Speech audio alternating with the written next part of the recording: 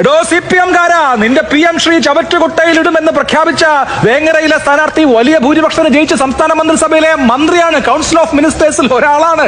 നിങ്ങൾ ആ ഒപ്പിട്ട കടലാസ് കീറിയ അറബിക്കടലിലോ ചവറ്റുകൊട്ടയിലോ ഇനി ബംഗാൾ ഉൾക്കടലിലോ നിക്ഷേപിക്കാനുള്ള തടസ്സം എന്താണ്?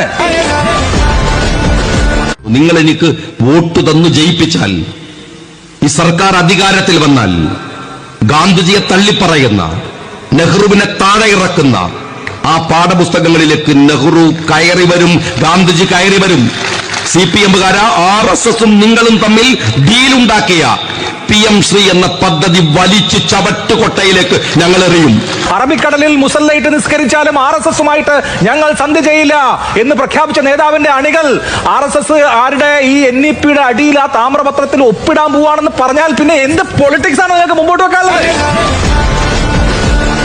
UDF അധികാരത്തിലെത്തിയാൽ PM ശ്രീയുടെ കാര്യത്തിൽ എന്ത് നിലപാടെടുക്കും എന്നാണ് അന്ന് പ്രതിപക്ഷ നേതാവായിരുന്ന ഇപ്പോഴത്തെ മുഖ്യമന്ത്രി പറഞ്ഞത് എന്ന് കേൾക്കാം. അല്ല, നമ്മൾ ആലോചിക്കും, നമ്മൾ ഇതിന്റെ എതിർപ്പ് അറിയിക്കും, ഈ പരിപാടി നടപ്പാക്കില്ലെന്ന് അറിയിക്കും. ഉറപ്പായിട്ടും അത് കോൺഗ്രസ് സ്റ്റാൻഡാണ്, ഞങ്ങൾക്കത് ചെയ്യാൻ പറ്റില്ല. ശ്രീ ജിൻഡോ, അത് കോൺഗ്രസിന്റെ സ്റ്റാൻഡാണ്, ഞങ്ങൾക്കതേ ചെയ്യാൻ പറ്റൂ. ഞാൻ കൂടുതൽ ചോദിക്കണ്ടല്ലോ, ചോദ്യം ചോദിച്ച് വിഷമിപ്പിക്കണം എന്ന് എനിക്ക് ആഗ്രഹമില്ല.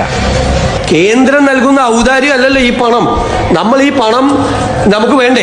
ഫണ്ട് വേണം എന്നുള്ളത് കൊണ്ടാണ് ഈ പദ്ധതിയിൽ ഒപ്പിട്ടത് എന്നിപ്പോ പറയുന്ന മുഖ്യമന്ത്രി അന്ന് അതേ വാദം പറഞ്ഞ വി ശിവൻകുട്ടിക്ക് കൊടുത്ത മറുപടി കൂടി നമുക്കൊന്ന് കേൾക്കാം. മുഖ്യമന്ത്രിയും ധനകാര്യമന്ത്രിയും പറയുന്നത് കേരളത്തിൽ ഒരു സാമ്പത്തിക പ്രതിസന്ധിയിലാണ്. വിദ്യാഭ്യാസ മന്ത്രിക്ക് മാത്രം എങ്ങനെയാണ് സാമ്പത്തിക പ്രതിസന്ധി ഉണ്ടാകുന്നത്?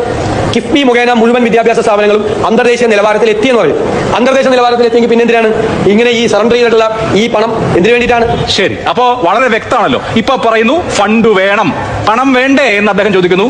അദ്ദേഹം 6 മാസം മുമ്പ് ചോദിച്ചെന്താ, സറണ്ടർ ചെയ്തിട്ട് എന്തിനാ നിങ്ങൾ പണം വാങ്ങുന്നത്? എല്ലാം അന്താരാഷ്ട്ര നിലവാരത്തിലല്ലേ, പിന്നെ സറണ്ടർ ചെയ്തിട്ട് എന്തിന് പണം വാങ്ങണം എന്നാണ്. അപ്പൊ അന്ന് ചോദിച്ചു എന്തിന് പണം വേണമെന്ന്, ഇന്ന് പറയുന്നു പണം അനിവാര്യമാണ് എന്നുള്ളത്. കേൾക്കുന്ന ആളുകൾക്ക് മനസ്സിലാവും, ഒരുപാട് വ്യാഖ്യാനത്തിന് അടിസ്ഥാനത്തിൽ mother of all U turns എന്ന് നമുക്ക് ഇതിനെ പറയാം. Mother of all U turns അന്ന് പറഞ്ഞത് നേരെ നിങ്ങൾ തിരിച്ചു വെക്കാണ്. കമ്മിറ്റഡ് ആയി പോയില്ലെന്ന് PK കുഞ്ഞാലിക്കുട്ടി പറയുന്നത് കേരളം കേൾക്കാണ്. അന്ന് അവർ പറഞ്ഞത് തിരുത്തി പറയുന്നെങ്കിൽ നിങ്ങൾ അതിനേക്കാൾ വലിയ യു ടേൺ നടത്തുകയാണ്. ശശി ഭൂമിരാൻ, സീതാറാം യെച്ചൂരി ഉണ്ടായിരുന്നെങ്കിൽ ഈ നിലപാട് എടുക്കുമായിരുന്നോ എന്ന് ചോദിച്ചു. അപ്പോൾ അതേ ചോദ്യം അവരോടും പ്രസക്തമായി ചോദിക്കേണ്ടതുണ്ട്. രാഹുൽ ഗാന്ധി ഇല്ലേ? രാഹുൽ ഗാന്ധി ഈ നിലപാടെടുക്കുന്ന ആളാണോ? കോൺഗ്രസിന്റെ ദേശീയ നേതൃത്വം ഈ നിലപാടിന് കൂട്ടുനിൽക്കുന്ന ദേശീയ നേതൃത്വമാണോ എന്ന ചോദ്യം സംഗതമാണ്.